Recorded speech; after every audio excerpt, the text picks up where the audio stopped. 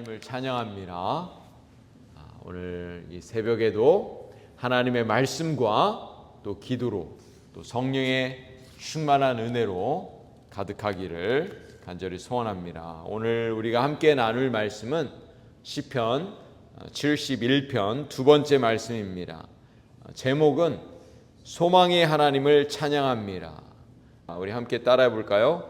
소망의 하나님을 찬양합니다. 오늘 시편 71편은 이 첫 번째 부분에서 지난 시간에 말씀드린 것처럼 표제어가 없습니다. 그래서 이 시편을 누가 기록했는지, 언제 무슨 사건을 배경으로 기록했는지 정확하게는 알 수 없지만 이 시편 71편의 내용상으로 보아 다윗이 기록한 것으로 보입니다. 다윗은 그의 아들 압살롬이 반란을 일으켰을 때 외적으로는 물론 내적으로 극심한 고통을 겪었습니다. 그때 기록한 것으로 보여집니다. 우리 믿는 성도들은 세상 사람들과 다른 면을 가지고 있습니다.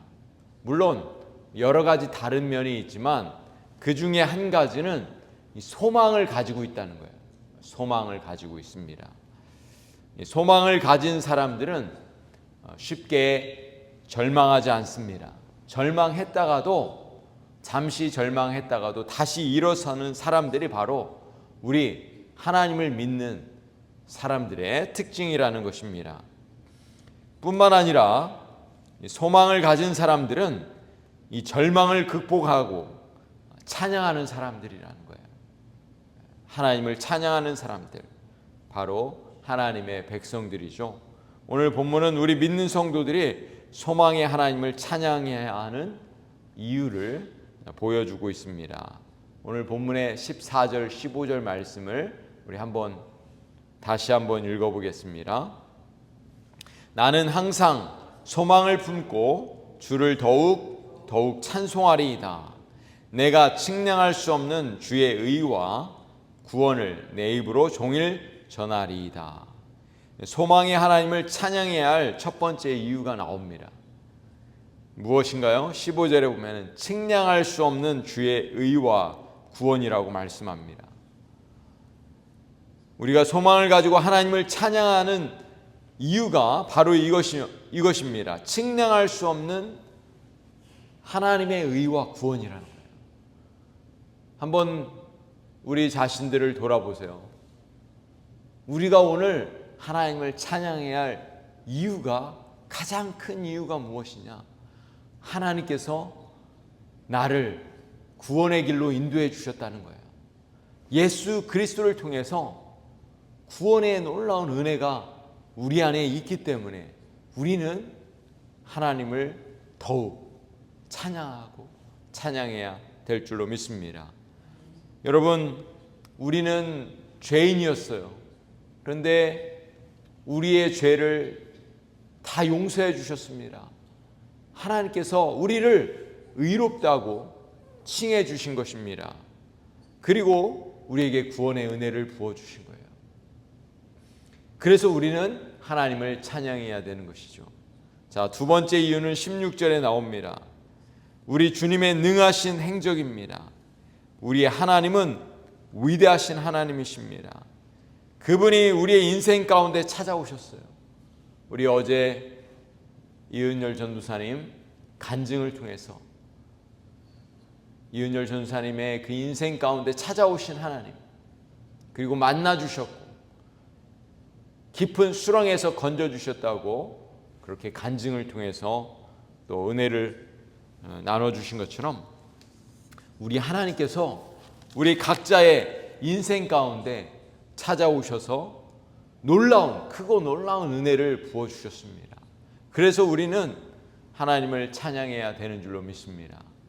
시편 저자는 어린 시절부터 하나님의 교훈을 받은 사람이었습니다. 하나님의 지혜와 훈계로 양육받은 사람입니다. 그래서 소망의 하나님을 더욱 찬양하는 것입니다. 시인의 간절한 기도가 무엇인지 18절 말씀을 한번 보세요. 시인의 간절한 기도는 늙어서 백수가 될 때에도 하나님이 버리지 마시고 지켜주시기를 간절히 기도하고 있습니다. 그리고 시인의 간절한 소망은 그 후손들에게 하나님이 행하신 일을 전하길 원했습니다. 18절 19절 말씀을 한번 보세요. 하나님이여 내가 늙어 백수가 될 때에도 나를 버리지 마시며 내가 주의 힘을 후대에 전하고 주의 능을 장래 모든 사람에게 전하기까지 나를 버리지 마소서. 19절 하나님이여 주의 의가 또한 지극히 높으시니이다. 하나님이여 주께서 대사를 행하셨사오니 누가 주와 같으리이까. 시인은 고백하는 거예요. 늙어서 백수가 될 때에도 버리지 말아달라고 고백합니다. 그 이유는 하나님의 크고 놀라운 그 행하신 일들을 입술을 통해서 전하기를 원하는 거예요. 여러분, 우리 크리스찬의 삶은 간증하는 삶입니다. 우리는 하나님 앞에 어려운 일이 있을 때마다 소망을 가지고 기도해야 되는 줄로 믿습니다. 그리고 하나님께서 기도에 응답하셨다면 우리는 하나님을 찬양하고 하나님의 영광을 드러내야 될 줄로 믿습니다. 여러분, 2024년이 이제 얼마 남지 않았습니다. 2024년 한 해 동안 하나님이 어떤 일을 행하셨는지, 크고 놀라운 일들을 어떻게 행하셨는지 여러분 한번 우리의 삶을 돌아볼 수 있길 원합니다. 그리고 2024년을 잘 마무리하고 감사로 마무리하고 2025년을 어떠한 소망을 가지고 있는지, 어떠한 기도의 제목을 가지고 있는지 한번 적어보시길 바랍니다. 그럴 때 하나님께서 여러분에게 놀라운 소망을 주실 거예요. 기도의 제목을 주실 것입니다. 저도 올 한 해를 돌아보니까 얼마나 크고 놀라운 일을 행하셨는지 하나님께서 우리를 새로운 곳으로 인도해 주셨습니다. 우리 이은열 전도사님도 하나님께서 새로운 일들을 행하셔서 신학교에 또 입학하게 하셨고 새로운 공부를 하게 하셨어요.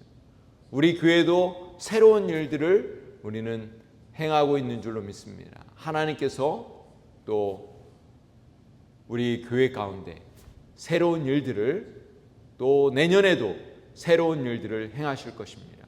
그래서 우리는 크고 놀라운 일들을 행하시는 하나님을 찬양해야 될 줄로 믿습니다. 20절 말씀을 보세요. 우리에게 많고 심한 고난을 보이신 주께서 우리를 다시 살리시며 땅 깊은 곳에서 다시 이끌어 올리시리이다.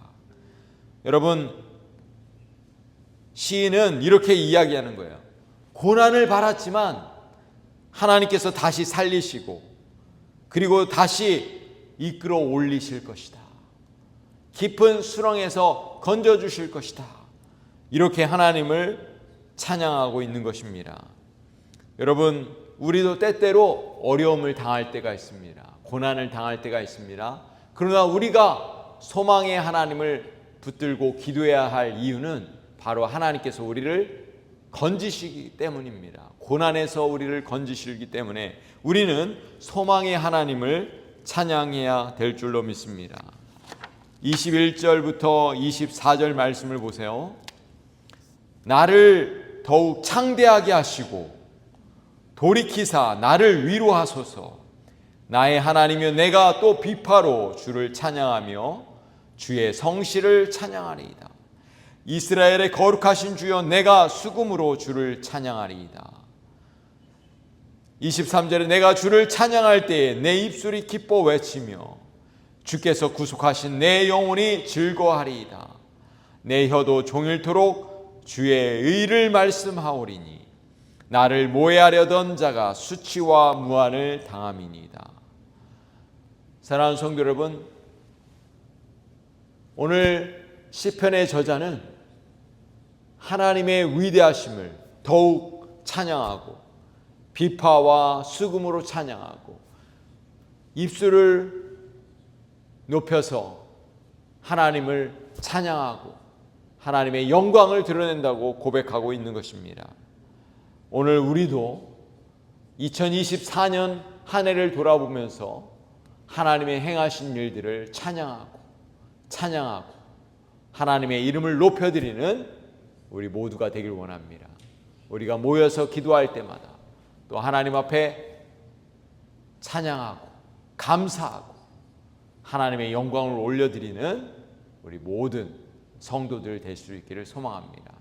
오늘 이 새벽에 감사와 찬양이 흘러넘치는 복된 시간이 될 수 있기를 우리 주님의 이름으로 간절히 축복합니다. 기도하시겠습니다.